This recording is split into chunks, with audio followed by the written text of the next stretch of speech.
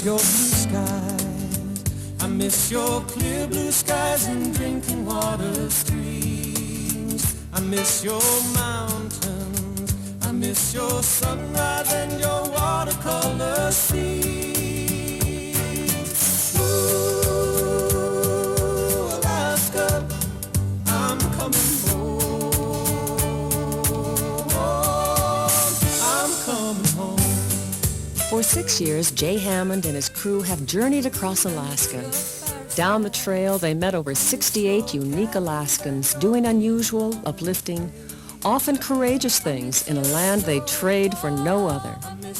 As a pilot, commercial fisherman, writer, homesteader, and former governor, Jay's life mirrors the character and spirit of those Alaskans who have carved out a life to their own design.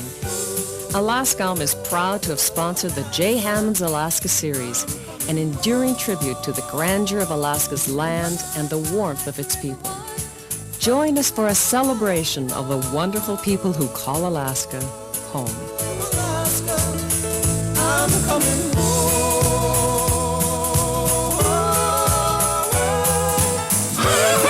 How about that? Alaska.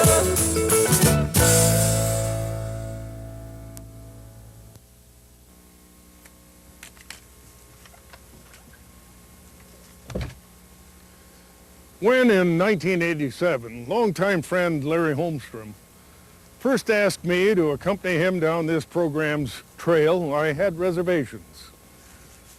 Immensely enjoying life outside the political arena, I relished the solitude of our Lake Clark homestead and came into town with great reluctance. I told Larry I had no desire to be plucked from obscurity to once again be indecently exposed to excessive public scrutiny, but Larry was most persuasive. We'll pattern it after Charles Kuralt's CBS show, On the Road, but we'll call it Jay Hammond's Alaska. Jay Hammond's Alaska? I agreed to narrate a pilot program, but felt calling it Jay Hammond's Alaska seemed pretentious. I told Larry instead of trying to copy Kuralt's On the Road, perhaps we should call our show Jay Hammond's Off the Wall. Besides, the Alaska I found when I came here about 50 years ago no longer exists. Perhaps it never did, except in my mind. What's more, all Alaskans have their own version of and vision for their Alaska. Both yield grudgingly, if at all, to interpretation by another.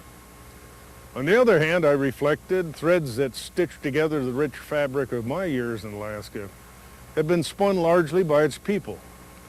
Perhaps by unraveling some of those threads, we could share scraps of what, to me, makes Alaska and Alaskans wonderfully unique.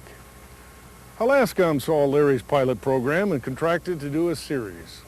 In doing the 62 ensuing stories, we were privileged to meet a number of wonderful Alaskans doing unusual, uplifting, often courageous things, sometimes against heavy odds and doing them remarkably well in a land they'd trade for no other.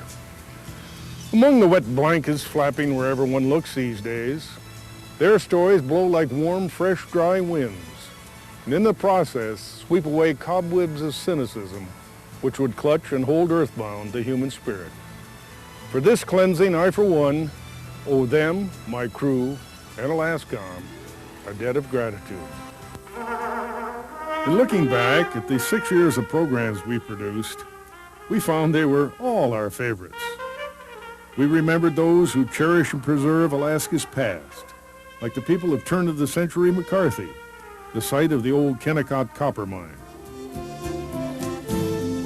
The Seamans of Palmer treasured the artifacts of yesteryear's hard work, including an amazing display of antique wood stoves. Bob and Patty Lee have rebuilt and preserved one of Alaska's oldest roadhouses. Bella, my daughters, and I have fished Bristol Bay for many years, so I feel a special kinship for those who share that life. People like my old friend and fishing partner Highliner Jimmy Drew. Armin Koenig of Cordova, father of the Prince William Sound Aquaculture Program, took us on a thorough exploration of the fish hatchery. In Kodiak, Peggy Dyson showed us the importance of communication with those who are out on the rough waters of Alaska. When we visited the Matanuska Valley, we met the farmers who raise some of Alaska's finest produce. And the males of Fairbanks taught us about farm life in the interior. Janice Schofield showed us some of the tasty greens and tidewater treasures found right at our feet. Pioneer gold miner John Miskovich and his family shared their special place called Flat with their delight of discovery. Michael O'Callahan showed us how he has legally shoplifted surplus groceries in Anchorage to feed hundreds of those less fortunate. We met several Alaskans who loved the challenge of Alaska's mountains and remote places. We went to Coldfoot, which at 40 degrees below zero not only lives up to its name, but was home to veteran musher Dick Mackey. Vern Teos has climbed the highest peaks around the world, but keeps coming home to guide others up Mount McKinley.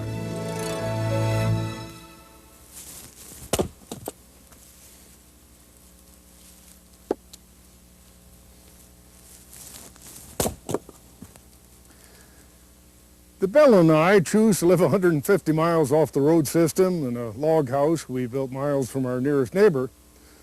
Prompts but mild interest in most Alaskans. Of course, that we elect to feed several voracious wood stoves, a dozen cords of spruce and birch each year, have no telephone and have to produce our own power, prompts a few to question our sanity. First homesteading here on Lake Clark in the middle 50s, we have always found its peace and solitude appealing. After years in public office, it now seems even more so. No telephones, doorbells, nor irate citizens pounding at the door. Good stuff. Weather permitting, and often it does not, I'll fly across to pick up freight or mail at the bustling metropolis Port Allsworth, population 63. Once, unable to fly back for 7 days, I now have an all-weather boat which permits travel anytime. Groceries come in large part from Bella's garden, our root cellar or surrounding woods and waters. Bella and I enjoy the challenge and contentment which comes from living off the land as much as practical. Life here has provided years of both hard work and enjoyment, which of course we share in equal measure. She the former, and I the latter.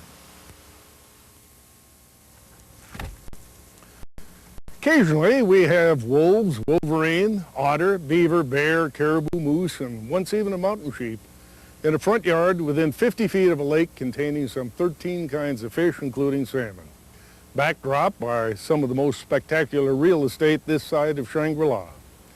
Alaskans, perhaps more than most, romantically aspire to live off the land. That's what brought many north. Perhaps to their good fortune, few have to learn, as one old-timer put it, after a while that land don't taste so good.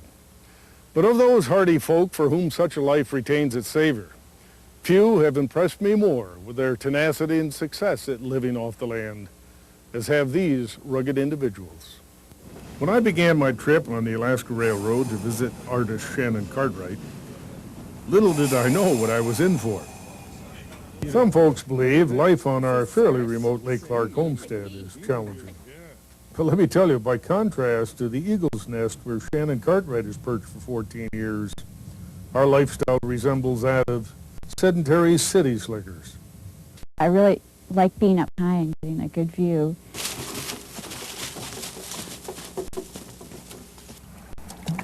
Here, so what'd you do with your stick? You better get your stick or you're going to have to carry water pretty soon. When I heard Shannon, instead of aerobics, got her exercise packing 5 gallons of water a day, I confess I was not too impressed, till I found out she packed it almost straight up. I also like living off the land as much as possible. Like we use firewood for heating and for cooking. We generate electricity from our solar panels. We can and dry meat and berries, and we also grow vegetables. When I'm doing a book, I need 2 or 3 months of no interruptions. That's one reason why I live out here, is because I like the peace and quiet. Hidden in tall mountains, 40 miles from my home, lies Twin Lakes, where Dick Prenneke has lived in solitude for over 20 years. Here, Dick has fashioned a rich and contemplative life, totally at home in his surroundings. now as much a part of the natural world as the birds who land on his hand. Do the birds and the beasts around here accept you as one of their own by now? Boy, I've got a lot of friends.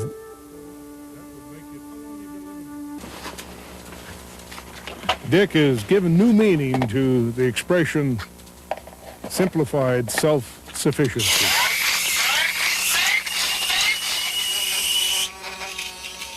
In today's world of electrical contrivances and so-called modern conveniences, why did you choose to live in a manner that some might think most inconvenient? If I had electricity here, I'd certainly need a generator, power generator, and got to have fuel, and well, it's just not worth it, I don't think. This is, and then I wanted to live it like Alaska, like you think of Alaska, you know, not like Seattle or Los Angeles or whatever, but live it like the old guys did, you know, as much as you can. Unlike historic political figures who began life in log cabins and moved up to mansions, I did the reverse. Born in the manse of my father's parsonage, I ended up in a log cabin and would have it no other way. I have great admiration for those who can cut a fine notch, and once thought myself one of their number.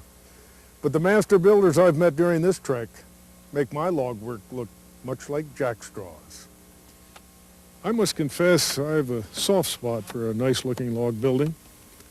And that's why I was bowled over by the workmanship and beauty of the homes, lodges, and meeting halls being built all over Alaska by this man. His name is Jeff Harrison. He calls his company appropriately Log Weavers. They do mighty impressive work.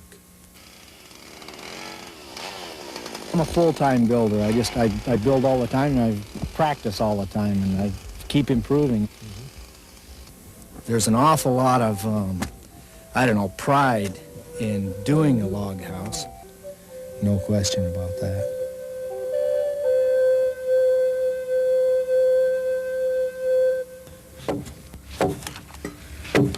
There's something about the sound of an axe on wood that I really love.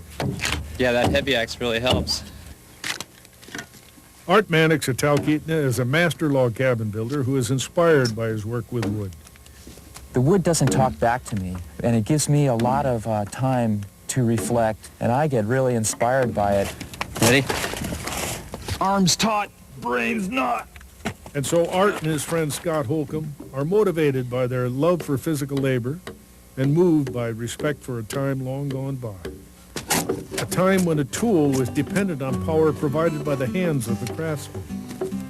Art brought his love for a simpler, slower-paced lifestyle home when he built his own cabin by hand with the help of his wife, Karen. It's humbling how lucky we are to have what we've got.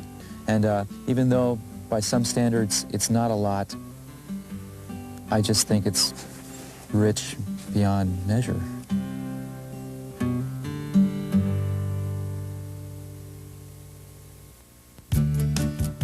Before statehood, I questioned our ability to finance or administer state government. Oil had not yet been discovered, and I feared almost any idiot who ran for public office might get elected. Little did I think I'd go on to prove my point 10 times. 3 runs for the House, 2 for the Senate, 3 for borough mayor, and 2 for governor. Few were more surprised than I when in 1973 I got mousetrapped into running for governor. Paid for by the Hammond for Governor Committee. And certainly no one was more surprised than I when I won. Feeling much like Brer Rabbit, snatched from his beloved briar patch, I said a lot of things which I hoped would have gotten me thrown back, only to have them backfire. Like the times several told me they voted for me only after I'd cited all the reasons they should not. Now, Governor J. Hammond. I guess knowing one can't believe a thing a politician says, naturally they thought I hadn't told the truth. When I first went into public office, I admit to being pretty naive. For one thing, I had no idea just what to bring. Now, some 30 years later, I know exactly what I should have brought. A better tool for cutting budgets, and a little more persuasive gavel. By contrast, when I departed Juneau, I knew just what to take and where to take it. A sense of freedom and reward returned back home. A few others made that transition with at least as much relief as I. In a loft overlooking a busy street in Juneau, Bill Spear, my former Deputy Commissioner of Labor, has turned from politics to pins with great success. Bill found the freedom here to change careers, to follow the tug of his imagination, and to create a life with time to enjoy the beauty of Southeast Alaska. I got a lot of support from people on something that was a really pretty far-fetched, goofy deal. And I don't think that would happen in a lot of places. I mean, here I was, the chairman of the board of what amounted to the largest venture capital bank in the world, right? The next, then I exit for 6 months, I come back, and I got these little pins, I think there's a definite attitude up here where anybody can do anything. For over 20 years since statehood, Clem Tillian and I were mischief-making cohorts down in Juneau. Nonetheless, state government survived. Now, thank heavens, unlike myself, Clem has mellowed not one whit. Just as outspoken as before, he now gets all the flack while I get none. Well, I've always maintained that all my service in the legislature, too, was self-interest.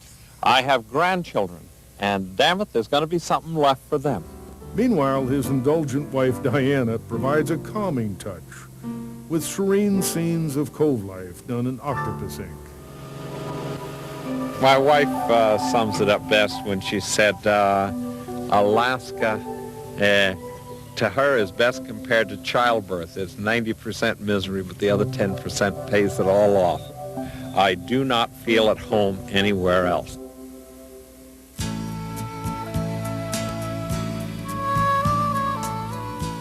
We flew with Lowell Thomas over rugged Mount McKinley, to which he had escaped after leaving the halls of Juneau, where he served as my lieutenant governor. This particular area here is how high? What's the altitude We're just about a mile high, about as high as Denver. Well, Jay, right from here, we're just exactly 10 miles as the crow would fly, if a crow could fly that high, to the top of Mount McKinley. And believe it or not, it's another 15,000 feet up there. I always wanted to get out and climb and ski and fly, and that's why I came to Alaska. And after 12 years in Juneau, I couldn't wait to get back up here. You look a little less harassed Immensely. than when I saw you in Juneau last. It's a whole lot less frustrating than what we were doing down there in Juneau. You have found that there is indeed life after politics, haven't you? Yes, sir. Same as you, Jay. Amen. Isn't it a joy?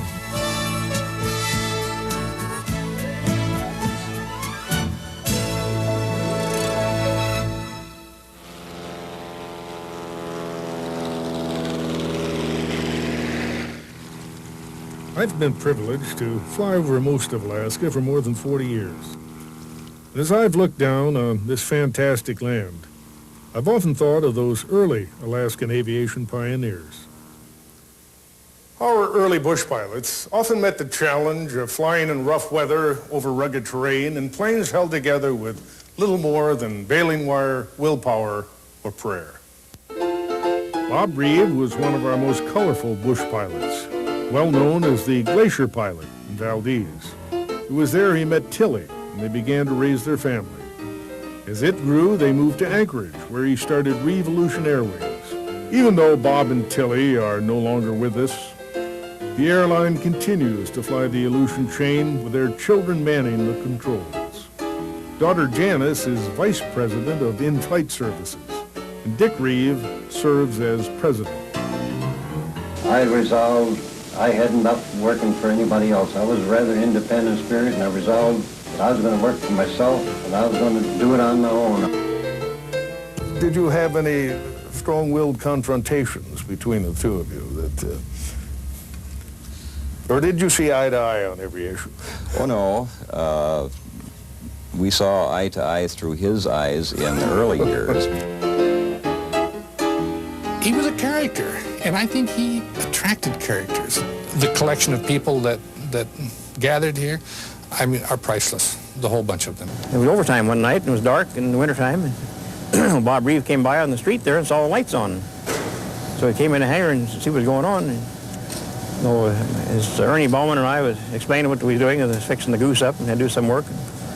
He said, well, you got too many lights on. So he went around and turned out all the lights except one where we were standing. Like Lyndon Johnson. So he started to walk out the door, and old Ernie saw all of them and says, hey, Bob, you forgot one.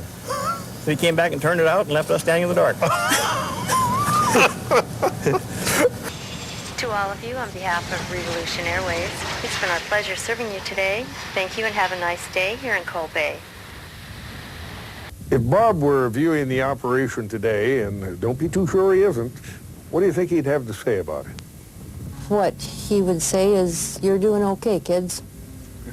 If you had a chance to convey a message to your dad today, what would you tell him? I'd tell him that I love him.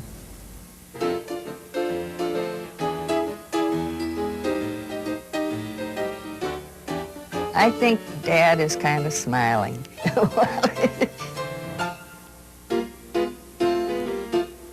The Alaskans we've been privileged to visit along the trail have exhibited the character, vision, and talent that I think sets them apart from most who don't live here. Many have inspired me to live life much more fully. Some have left me in awe of courage and strength far beyond that which I could ever muster. And all have left me far richer, perhaps a little wiser than before. Here you go. That's for you. Anchorage attorney and entertainer Steve Pradell inspired me with his appreciation for the simple joys of life, children, and his music.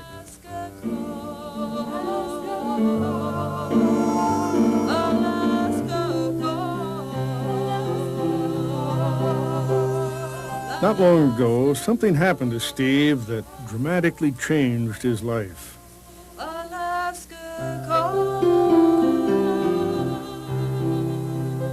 Last June, I was vacationing up at Lake Louise, and I noticed I had a lump on my neck, and I had it checked, and it turned out that it was Hodgkin's disease. I ended up having 5 weeks of intense radiation. I would sit at that radiation machine, and I would image that it was going to help me. And I think that psychologically, you can kill yourself as easily as you can heal yourself. Well, look what I got right here for you. I've got this cat, and this is the cat in the hat, you see? When we grow up, when we're young, we always feel like we're invincible. Immortal, you bet. Immortal. We can drive at 90 miles an hour and fly high, and we never really think about the consequences of that. I think about the consequences of things a lot more than I ever have. I know that life isn't going to be forever, and my purpose has kind of changed. My purpose today, I think, is just to make sure that I'm healthy and make sure that I appreciate my life at every moment, because it's the only one that I have, and it may not be here forever. Boo, boo. See you later, guys.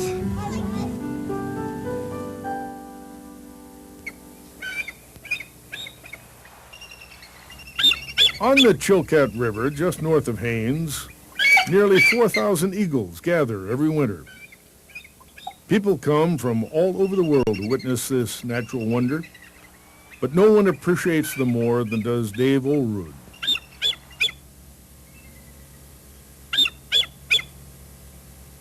Is that a pretty one? To me, the eagle, is indeed a thing of beauty. Dave and his wife Charlotte have spent many years working to establish an Eagle Learning Center in Haines. Although he was tragically paralyzed when a wall crushed him during construction of the center, it has only strengthened his commitment to the eagles and their splendid habitat. And the wall fell on me and crushed my back. So this wall has been sort of an antagonistic towards me. Instead of finding his dream fading in the shadows of that tragedy, Dave found it enhanced both his vision for and appreciation of the eagles. Whether you're in the wheelchair or whether you're walking around normally, it's important to focus on something that you feel very strongly that the future desperately needs.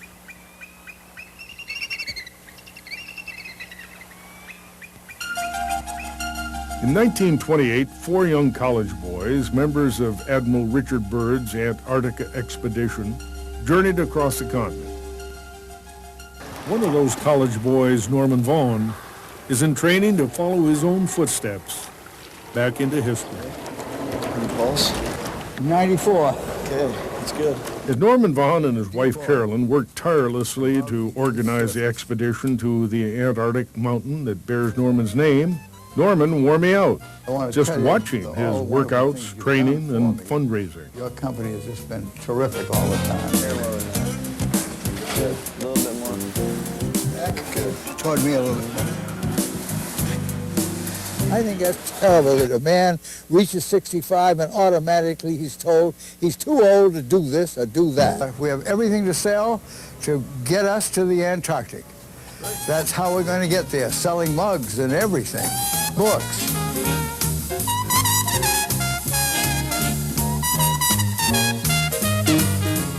Well, I don't think I've done my life. I think I'm doing my life, and I want to keep on doing.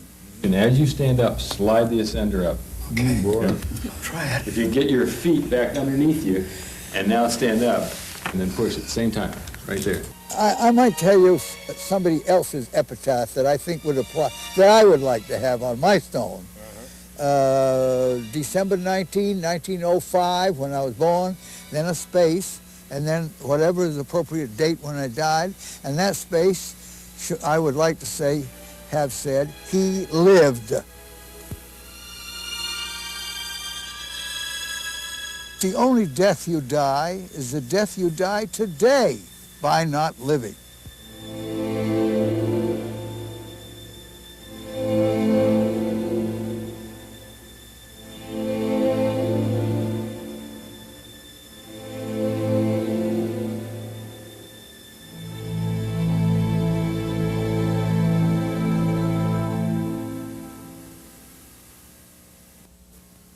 I've often said I've been victimized by serendipity.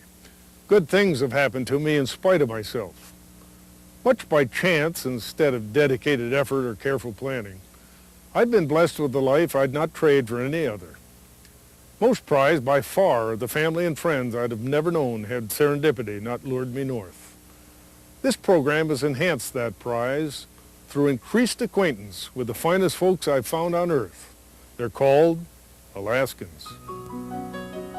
Unalaska Dutch Harbor is site of the huge bottomfish boom, where, despite the frantic activity, people like Gert Svarney still really take love it. time I to was just celebrate their culture. To be able to find that I could do something like this. In friendly Savunga, we were entertained by village dancers and drummers. A time for the whole community to enjoy themselves. Rock, rock, rock and roll. Hey, hey,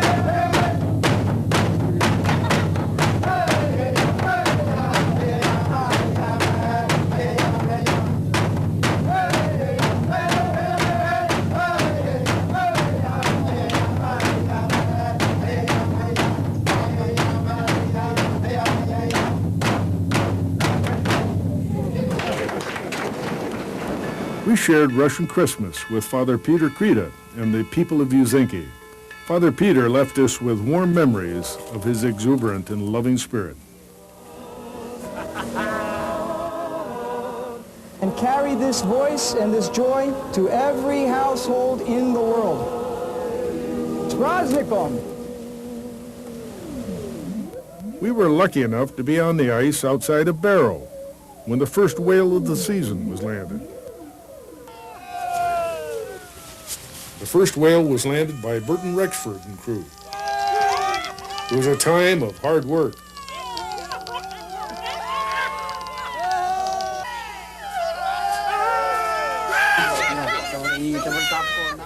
It was a time of specific measuring of portions of whale to go to each crew.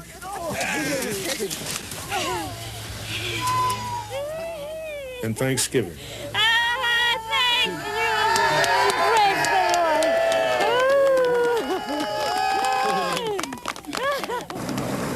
As we traveled around Alaska, we met many people who took special delight in their children. Outside Kotzebue, we found young people enjoying spirit camp in the company of their elders.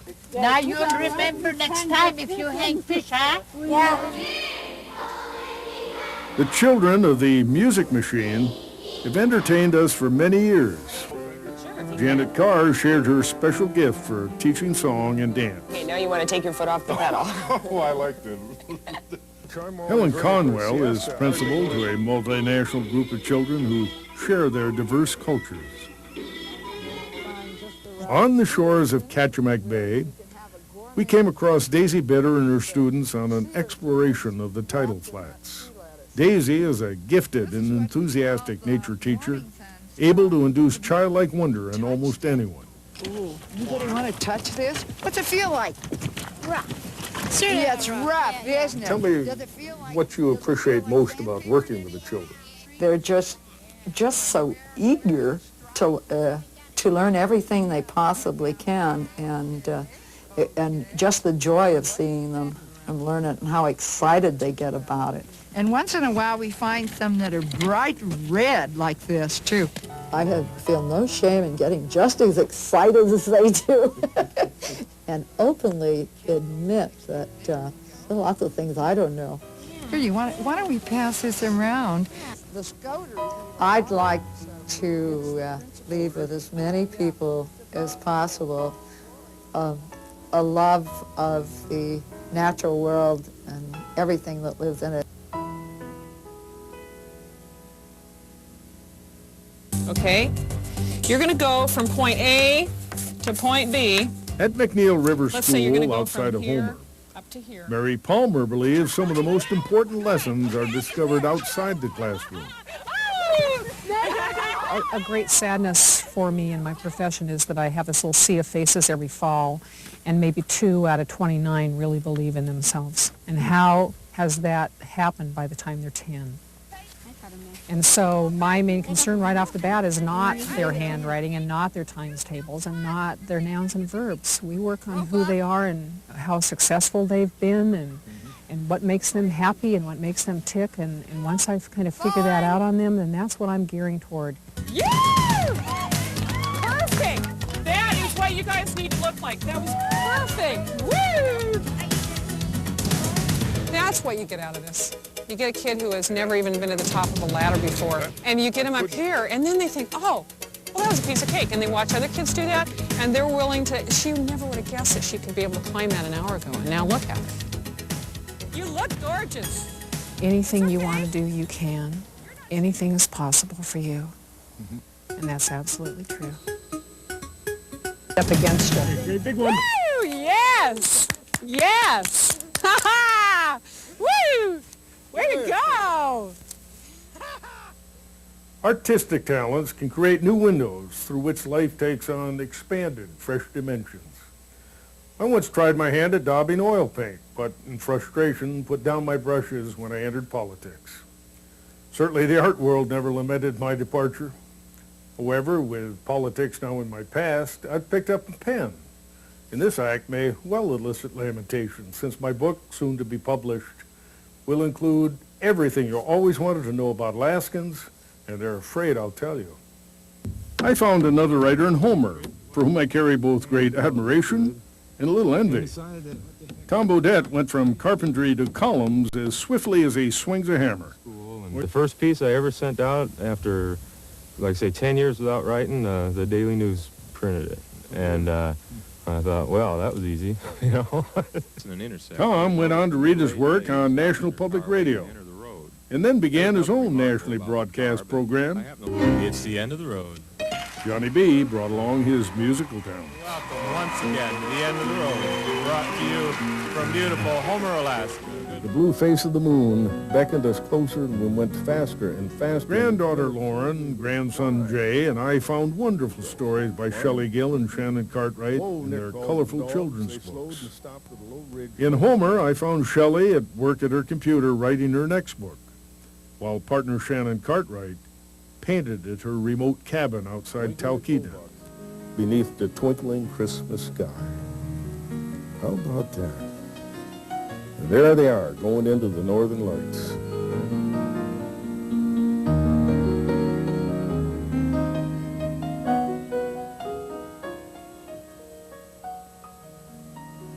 Fred Makatons is one of Alaska's premier artists. He's especially recognized for scenes of Arctic ice and polar bears, drawn from memories of years spent in the north. Randy Compton of Fairbanks is a nationally recognized artist who sees the world through the eyes of the wildlife he paints. Billy Ray showed me some of his interest in artwork, found even on the streets of Juneau. In Ketchikan, Nathan Jackson's blade carves stories of his culture into massive totems, stroke by stroke.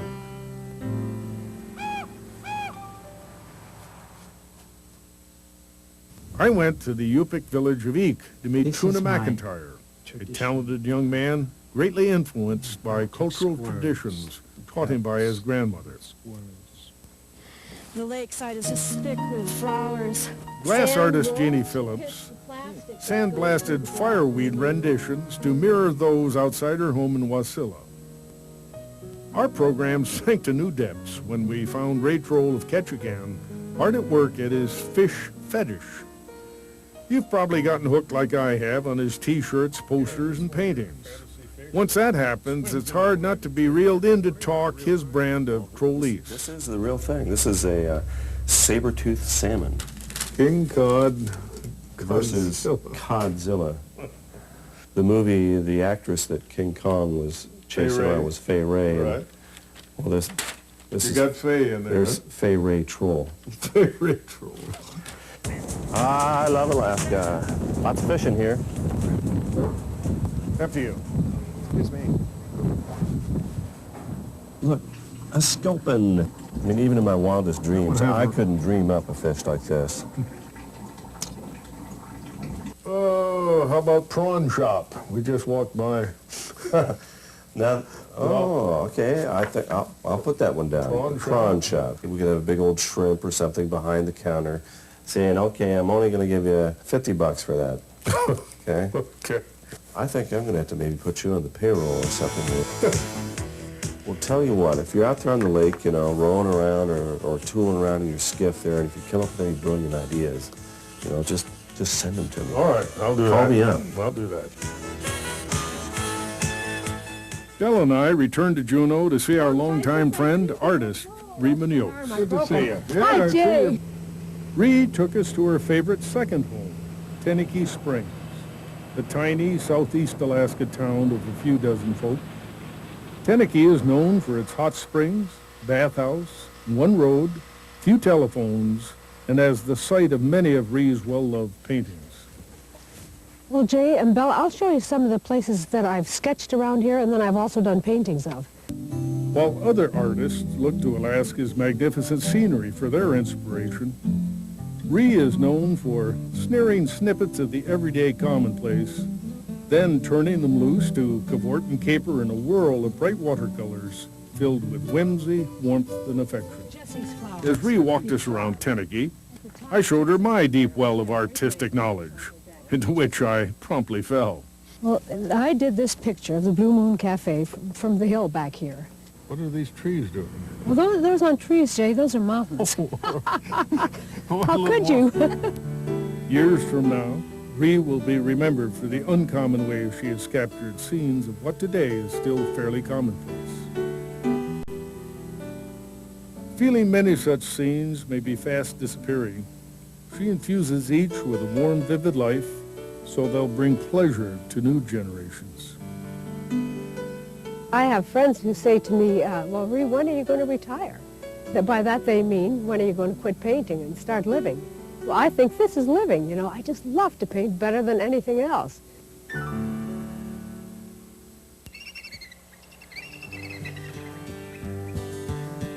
I miss your blue skies.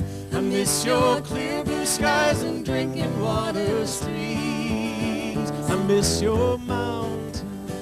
I miss your sunrise and your watercolor scenes. Ooh, Alaska, I'm coming home. I'm coming home. We visited Joanne and Monty, a warm and talented couple who've entertained generations from Barrow to Southeast. There does seem to be a very special place with people about the songs about Alaska. Here it is 4 a.m. and we're on the road going south. breakfast is a coffee cup as miles and miles of mountains fill our eyes. Chorus? No. It's the great land symphony.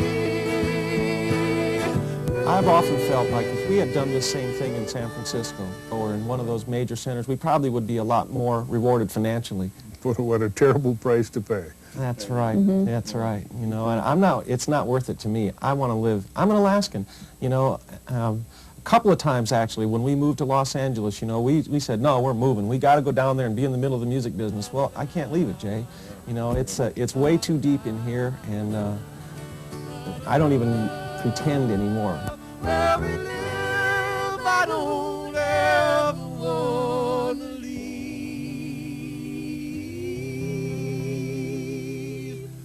La da da da da da da da da da da da.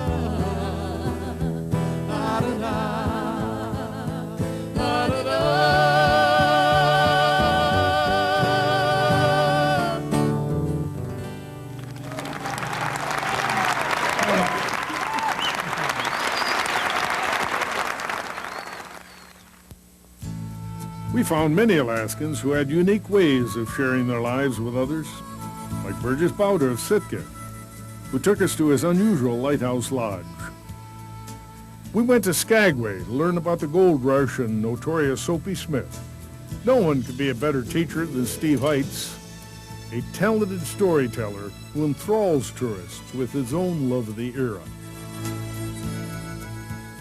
We met the Binkley family of Fairbanks, who gave us a ride on their riverboat Discovery. Neighbors who share the beauty of our home on Lake Clark range from Babe Aldsworth, who planted roots here in the 1930s, to young Dustin Lang, who lets me sleep much better knowing folks like him will be stewards of this land. Because Seward residents Pam Oldow and Sheila Scobie wanted to share the wonders of Prince William Sound with others, they started Kenai Fjords Tours. On our visit, we were lucky enough to have Pam as our skipper. Our old friends, Sally and Jack Lesh, established a homey and comfortable lodge in Gustavus, the Gustavus Inn. Just a short distance away is some of the most spectacular whale watching in Alaska. From Alaska's mountains, woods, and waters, I've mined an abundant fortune in coin of the spirit, if not the realm, from those Alaskans who respect and appreciate this surrounding wealth. I've gleaned much more, from the stark beauty of the Arctic National Wildlife Refuge to the whales of Glacier Bay. The wonders of Alaska take on new luster when reflected through the eyes of those who live there. No one has greater affection for dogs, even one named Jay Hammond, than Mary Shields of Fairbanks. Yeah, you're pretty well behaved for a politician.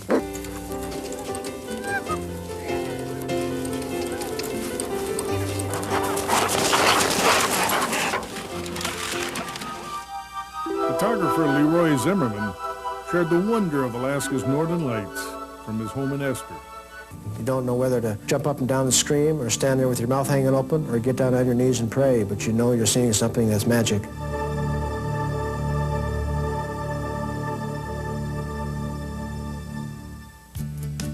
Marion Beck leads a fast-paced life at her home in Halibut Cove. Here she skippers her boat and paints the dishes used at her restaurant, The Saltery, in this very special part of the world. She also spends time with special friends, the seals she prepares to return to the wild. Looks like a good day. Yeah, it does. In the tidal flats of Prince William Sound, Pete and Belle Nicholson are guardians of a wild bird refuge. There's a real big cloud of them coming. I can't imagine a place more fantastic than this. I mean, I really feel privileged to live in this beautiful place.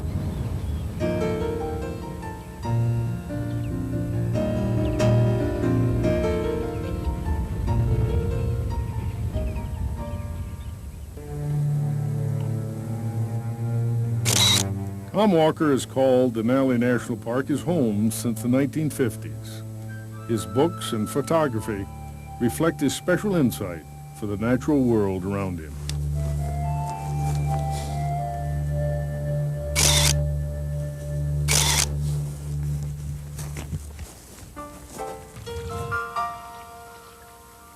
Kelly Weaverling and Susan Ogle of Cordova seem most at home kayaking on Prince William Sound. But even when land-bound, Kelly just can't keep away from kayaks. Susan now uses talents once spent in commercial art while in Anchorage to paint what she really loves here in Prince William Sound. What goes through your mind out there? I'm always listening and watching just to see what you're going to see, and it's always something comes up every minute almost. It's very exciting.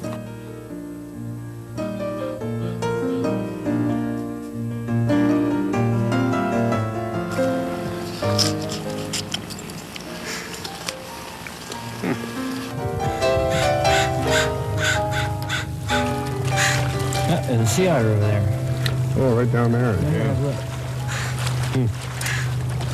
Yeah. Look like they have a lot of fun.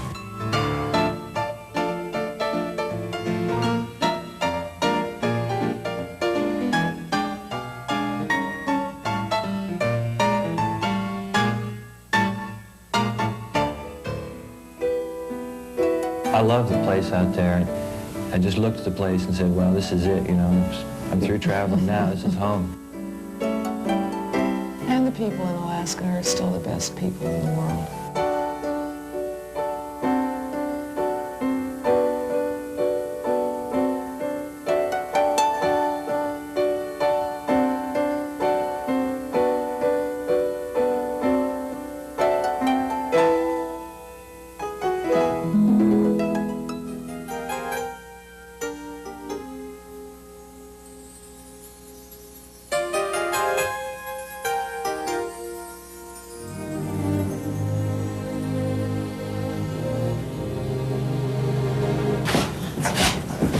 How did your little dog get hurt, Norma? Oh, a bigger dog attacked her this morning. Dr. Jim Scott is a well-known veterinarian in Anchorage who has a soft touch for and on all animals. But he holds a special room in his heart for Alaska's wild birds. You have to get Jim these takes off great when they're pleasure in returning birds pretty to the tough wild. on a raven. Jim's dream of retirement is to devote full time to his bird treatment and learning center. Eagles from the oil spill were brought here. The eagles that we got were the very sickest of the sick. You have to get them calmed down. I like to talk to them. Cut, cut, cut, cut. Cut, cut. As Jim cares for these eagles, he weighs them, talks to them, and tries to avoid being torn by their talons, sometimes successfully. Kind of a bird. Jim shares his love and Seeds, and concern for also wild eats a birds lot of with young and insects. old.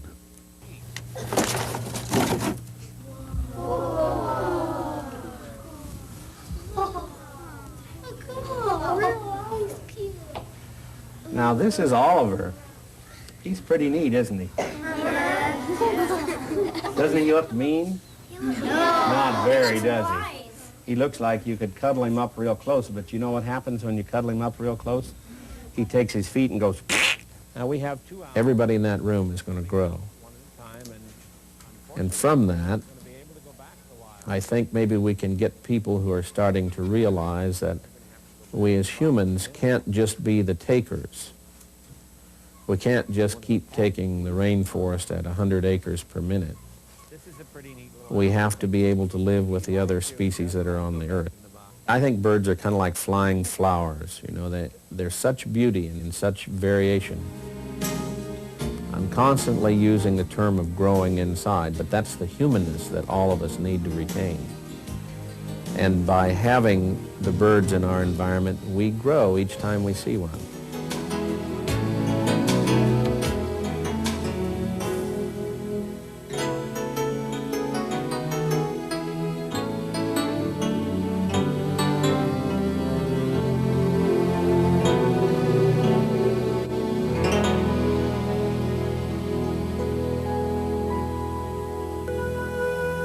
Wow, the clouds are really beautiful.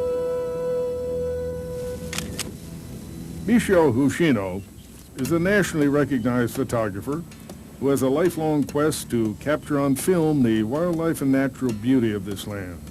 Here at the Arctic National Wildlife Refuge, Michio talked about the impact this stark and rugged landscape has on him and what it can mean for all of us. I always wonder why human beings, we take interest in nature. We are looking at our own life through nature. Since nature teaches us, you are going to die, at the same time, really encourage us to live. For Michio Hoshino, this primordial dance to the pulse of these age-old rhythms is not only sustenance for the soul, but the closest thing he has found to an answer to the question of man's place in the passage of time. To be able to imagine we still have this kind of thing, on Earth, is a very healthy feeling for us, It's good for us. It's good for our emotion.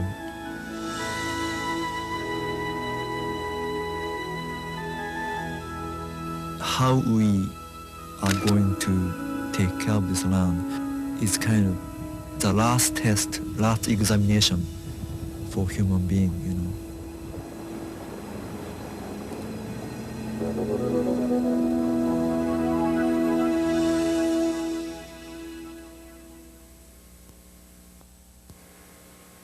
Many will recall that not long after we first commenced this journey, we lost all our field crew in a tragic river accident. Though we've come to trail's end and the pioneer who blazed it, Larry Holmstrom, is no longer with us, his legacy continues on. Alaskans hopefully will ever draw sustenance and inspiration from other Alaskans who have dared to reach for the stars. So what if their reward sometimes is but a mote of stardust? It's in the reaching they found fulfillment. To the extent their example may inspire us, I for one am mighty grateful.